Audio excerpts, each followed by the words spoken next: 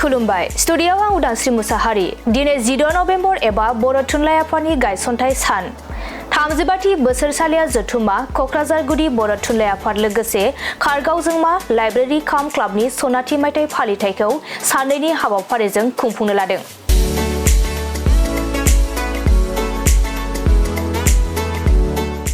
बर' थुनलाइ आफादा 1952 मायथाइनि 14 नभेम्बराव गायसनजादोंमोन। कक्राझार सहरनि साखाथियाव थानाय 317 नं खारगाव जेबि गुदि फरायसालिनि गेलेग्रा फोथाराव खुंफुं आफादा 14 नभेम्बर आरो 35थि बोसोरसालिया जथुमा कक्राझार गुदि बर' थुनलाइ आफाद लोगोसे खारगाव जोंमा लाइब्रेरि काम क्लाबनि सनाथि मायथाइ फालिथायनि बानजायनायाव सानैनि हाबाफारिजों 35थि बोसोरसालिया जथुमा कक्राझार गुदि बर' थुनलाइ आफाद लोगोसे खारगाव जोंमा लाइब्रेरि काम क्लाबनि सनाथि मायथाइ फालिथाय हाबाफारि लादों।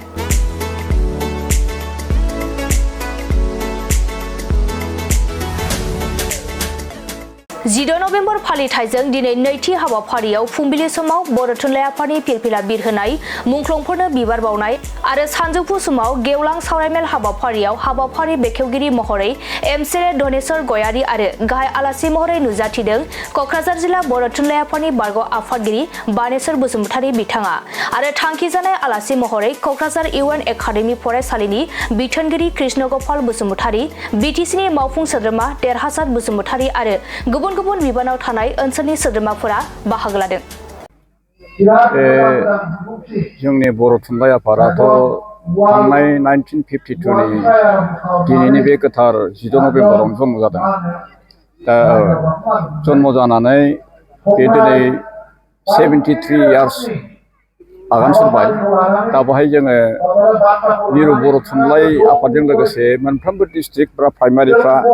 गावबागाव बे हाबाफारिखौ लायो आरोखि। दा बेबायदि लानाय लेखा जोंनि क'क्राझार जिल्ला बर' थुनलाइ आफादनि सिङाव जोंहा गासै मोन 14 दालाइसा बा गुदि बर' थुनलाइ आफाद दं। बेनि गेजेरावनो बे क'क्राझार गुदि बर' थुनलाइ आफादाबो मोनसे। दा बे हिसाबै बिथांमोनहा दिनै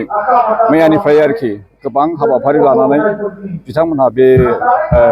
14 नभेम्बर गोथार सान बिथांमोननि 35थि बोसोरसालिया जथुम्माजों लोगोसे आरो नैबे खारगाव क्लाबनि मोनसे गल्डेन जुबिलि बेखौ ज' लाफानानै दिनै खुंदों। दा बे खुंनायनि गेजेराव दा दिनै लास्ट आरो बिथांमोनहा मैया मोनायावनो जे जोंहा 3 बोसोरजों बिबान दानाय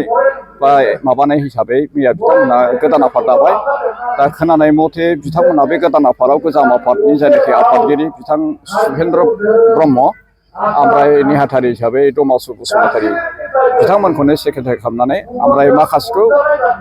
सासे सानै गोदान सोदेरनानै बे आफादखौ दाफिननाय जाबाय आरोखि। दा बे हिसाबैनो दिनै जोंनि बर' थुनलाइ आफादनि सिङाव थानानै बिथांमोनहा बे क'क्राझार गुदि बर' थुनलाइ आफादा खामानिखौ मावबोगासिनो दं आरो बर' थुनलाइ आफादा जेखौ मावनो हरो डिस्ट्रिक्टनि गेजेरजों बिथांमोनहा मावगासिनो दं। जोंनि क'क्राझार जिल्ला बर' थुनलाइ आफादनि सिङाव बे क'क्राझार गुदि बर' थुनलाइ आफादनि मावनायाबो गोख्रोंसिन होननानै जोङो बुङो आरोखि। नोंथाङा गोलाव मा सोलायनाय नुदों? बबे बर' थुनलाइनि फोथाराव नोंथाङा गोलाव सम जड़ित थाबोदों, मा सोलायनाय नुदों नोंथाङा? बे मानसि खामानि मावनाय जायफ्रा रोंगौथि दं बेफोरखौ जोङो दोननानै ओमफ्राय बे माबाफोरखौ सालाय आरो सोरबा सुबिदा उसुबिदा थायो बे सुबिदा उसुबिदा सोरबा न'खराव खामानि मावनो आरो थायोब्ला बेखौ जों रेहाय होयो। ओमफ्राय सोरबाफोर मावनो हानाय गोहो माबा दङब्ला बेखौ जों दोननाय जायो आरोखि बिसोर मावलांनोसै। क'क्राझार गुदि थुनलाइ बर' आफादनि दिनैहाय बोसोरसालिया कनफारेन्स लोगोसे बिथांमोना फालिदों बर' थुनलाइ आफादनि जोनोम सान 14 नभेम्बर। बिथाङा बेवहाय आंखौ सप्तानैसो सिगांनिफ्रायनो प्रग्राम बानायनानै मोनसे आलासि हिसाबै लिंहरनायखाय आं बेवहाय नुजाफैदों। जेनेरेलि जोङो क'क्राझार प्राइमारि गुदि थुनलाइ आफादजों आं पार्सनेलि एसे लोब्बाबो थाबाय थाखानायल' लाबाय दङ खारन आंनि इउएन एकाडेमि बेनि सिङावनो गोग्लैयो। दा बेजों लोगोसे आङो बेवहाय बुंनो साननाय बाथ्राया जाहैबाय थुनलाइ आफादनि जोनोम सान बे खालि जोनोम सानल' फालिजानाय नङा बियो। दा बेवहाय जोङो जेब्लायबो गोसोखाङो जे थुनलाइ आफादनि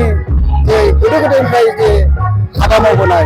माहारिनि जाथिनि राव थुनलाइ हारिमु दा बेफोरखौ दिनैनि नैबे जथुमनि गेजेरजोंबो आङो पार्सनेलि बेखौ बुंदों आरो फोरमायदों जे बर' थुनलाइ आफादा जोंनिनो बे माहारिनि बे सुंथागिरि हिसाबै बिथांमोना फैबाय थागोन आरो थांबाय थागोन आरो बेखायनो दिनैनि बे बर' थुनलाइ आफादनि जोनोम सानजों बयनिसिमबो आङो जोनोम साननि गोजोन आरो हामलायथि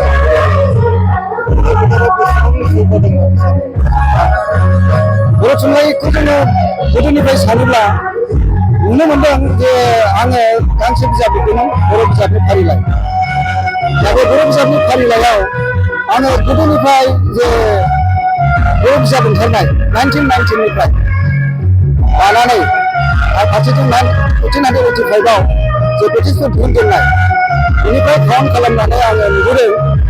जे बर'नि बे राव थुनलाइ सोरजिनाया आरोखि बुंनो थाङोब्ला जि समाव बर' थुनलाइ आफादा जोनोम जादों 1952 बेनि उननिफ्राय लेखा दिहुननायनि संख्याया लासै लासै बांबोदों आरो बेबायदिनो बियो बर'नि मोनफ्रोमबो जे डेभेलपमेन्ट सोमावसारनाय साहित्य सभानि सोमावसारनाय होन दुलाराय बर' फरायसाफोरनि सोमावसारनाय होन बेनि गेजेराव आं नुबोदों 2000 सिमाव जोंनि बर'नि बिजाबफ्रा आंहा 2006 बानायदों बेखौ बयसिमाव आङो 2500नि बारा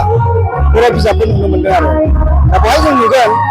मोनफ्रोमबो स्टेजाव जि माने बर'फोरनि जाखांना फैदों जाख्रिखांना फैदों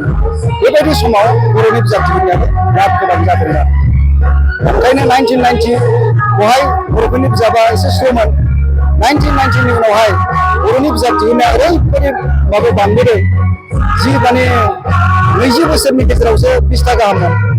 बियो 1990नि उनावहाय 5 बोसोरनि उनावनो बियो 200टा 250टा बेबायदि पाब्लिकेसन फैदों दा दासिमबो बे बिजाबनि संख्यायाव एसे नैबे दा डिजिटेल जुगाव मबाइलनि जुगाव एसे खम नुदां बावैसो समनिफ्राय खिन्थु 2015 हालागै बर'नि बिजाब दिहुननाया बिराद माने निश्चित भागाव फैदोंमोन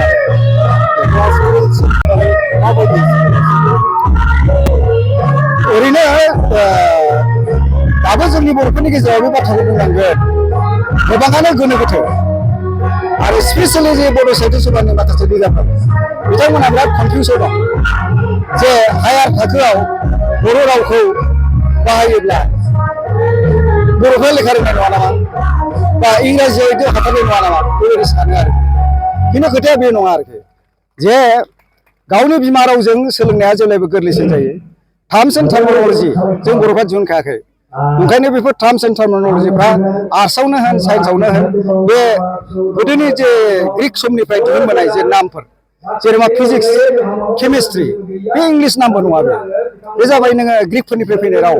बबेबा लेटिनफोरनिफ्राय फैनाय राव आरोखि दा बेफोरखौ नों राव सोलायनो हाखाया जों बर'आवबो बेखौ बाहायखानांगौ जायो आरो बिदिनो मेथ्स साननायनि जि फर्मुलाफोर दङ आरो साइन्सनि जि फर्मुलाफोर दङ नों बेवहाय जोङो राव सोलायनो हाया खिन्थु जि लेंगुवेज जायखौ गथ'फ्रा बुजिगोन आरोखि बुजायनायनि बा बेखौ स्टाडि खालामनायनि जे बिजों जाय बिजोंजों जोङो बुजिनो हायो आरो बेल' खालि जोंहा बर' राव जायो आरो दा बे ट्रेन्सलेसनखौ जों नुदों हायार सेकेन्डारि लेभेलसिम जि ट्रेन्सलेसन खालामदों गुबै टार्म्सआ बेनो दंजोबो आरो माखासे टार्म्सखौ बिथांमोना ट्रेन्सलेसन खालामदों आरो बेफोर जिनिसखौ माने आन्डार ब्रेकेटआव इंराजियाव दोनदों दा आंबो बुंबाय थादों क्लासावबो लानाय समाव आं निजे प्रेक्टिकेलि मोनदों बेफोरो माखासेफ्रा सेन्स खालामदों खिन्थु सेन्स खालामना बुंबाय थादों दाबो साइन्सनि खेथ्रआव बुंदोंमोन बेखौ जि अरिजिनेल सोदोबफोर दङ जेनेबा केमिस्ट्रिफोरखौ नोङो माबाफोर नाङा मा होनो बेखौ जों केमिस्ट्रिखौ माबा होनना बुङो दा केमिकेल लाइननि माखौ बुङो आरोखि रासायनिक नाम बुङो बिदि नाम दोननाङा आरोखि बिदिनो फिजिक्सखौ जोङो मुवा बिगियान होनो बेखौनो फिजिक्सखौ फिजिक्स होननांगौ मेथामेटिक्सआथ' नोङो राव सोलायजानाय बुस्थु नङा एलजाब्रायावथ' राव सोलायजानाय जिनिस नङा बेफोरखौ बिदिनो दोननांगौ आरो खालामलांनांगौ होननानै आं सानो आरो बिदि खालामनानै जोङो जुदि बिजाबखौ दिहुनोब्ला जोंनि गथ'फ्रा बुहुत मोजांसिन जागोन साबसिनसो जागोन आरो लाबसिन जागोन होननानै सानो आरोखि